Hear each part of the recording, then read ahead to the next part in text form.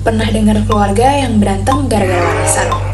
Padahal, dalam budaya Jawa, pembagian warisan justru dirancang untuk menjaga kerukunan keluarga melalui musyawarah loh.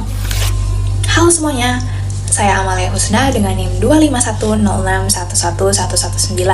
Pada video kali ini, saya akan membahas tentang hukum waris adat pada suku Jawa, khususnya mengenai sistem kewarisan yang berlaku dan praktiknya dalam kehidupan masyarakat.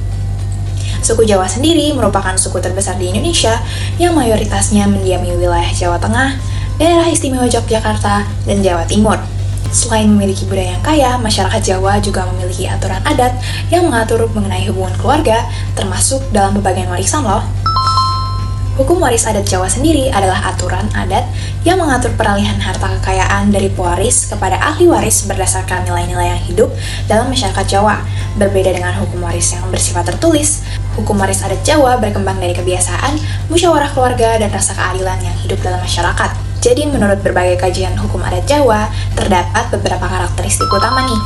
Yang pertama itu bersifat kekeluargaan. Pembagian warisan mengutamakan kerukunan keluarga dan musyawarah. Lalu yang kedua yaitu bersifat individual. Jadi harta warisan pada akhirnya dapat menjadi milik masing-masing ahli waris, bukan milik bersama suatu kelompok keturunan. Yang ketiga itu berdasarkan asas keseimbangan.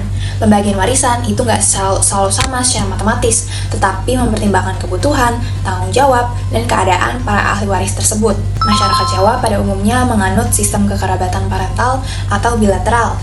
Sistem ini mengakui hubungan keluarga dari garis ayah maupun ibu secara seimbang, jadi sama rata nih. Oleh karena itu, anak laki-laki dan anak perempuan pada prinsipnya sama-sama mempunyai kedudukan sebagai ahli waris. Hubungan antara sistem kekerabatan bilateral dengan sistem pewarisan itu sangat erat. Maka dari itu, garis keturunan ayah dan ibu sama-sama diakui. Maka hak mewaris tidak hanya diberikan kepada satu jenis kelamin ataupun satu garis keluarga tertentu. Hal ini tentu berbeda ya dari sistem patrilineal yang menitik beratkan garis ayah atau sistem matrilineal yang menitik beratkan garis ibu. Jadi nilai utamanya itu bukan semata-mata untuk pembagian harta, melainkan terpeliharanya keharmonisan keluarga setelah pewaris meninggal dunia.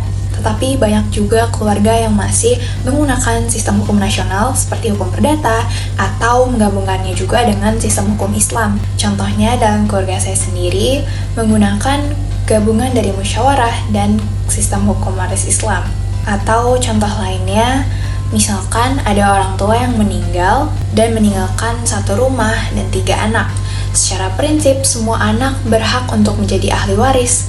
Namun, melalui musyawarah keluarga, rumah diberikan kepada anak yang tinggal bersama dan merawat orang tua selama bertahun-tahun. Sementara saudara lainnya itu menerima kompensasi berupa uang, tanah, atau hasil penjualan aset lain.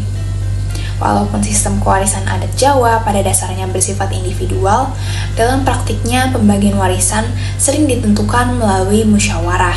Karena itu, pembagian tidak selalu sama rata, melainkan mempertimbangkan kondisi dan kontribusi masing-masing ahli waris, seperti anak yang merawat orang tua, atau menjaga rumah keluarga. Kesimpulannya, hukum waris adat Jawa mencerminkan nilai kekeluargaan yang kuat melalui sistem kekerabatan bilateral dan sistem kewarisan individual.